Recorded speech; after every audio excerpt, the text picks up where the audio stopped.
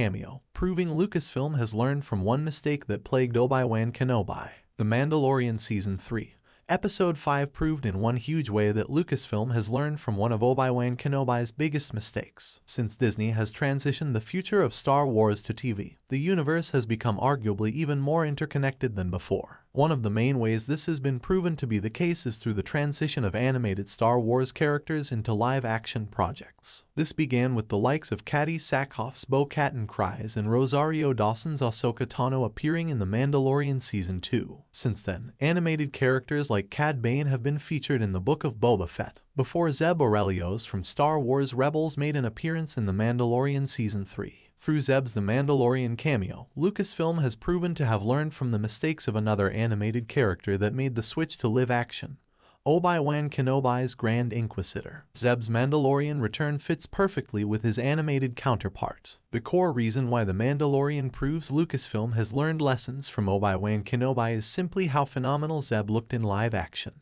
The Lasat race has never been attempted in live action before, with Zeb's appearance marking a difficult task for Lucasfilm and ILM. From the unique design of the Lasat species to Zeb's humanoid features that make the simplicity of designs like Wookiees impossible, Zeb's challenging animation counterpart was captured perfectly. Despite these difficulties, Zeb was adapted flawlessly. From something as simple as bringing back Steve Blum to provide Zeb's voice to bridge the animation to live-action gap to opting for a full CGI, motion capture approach, Zeb was able to look and sound amazing. All of these elements coalesced into making Zeb's cameo one of the standout moments of The Mandalorian Season 3, Episode 5, only making Obi-Wan Kenobi's issues with the Grand Inquisitor worse. Obi-Wan Kenobi's Grand Inquisitor was a missed opportunity. The Grand Inquisitor is one of the few other characters adapted into live-action Star Wars from the animated Rebels, much like Zeb. However, the Grand Inquisitor's live-action design was poorly handled and resulted in a less-than-stellar transition.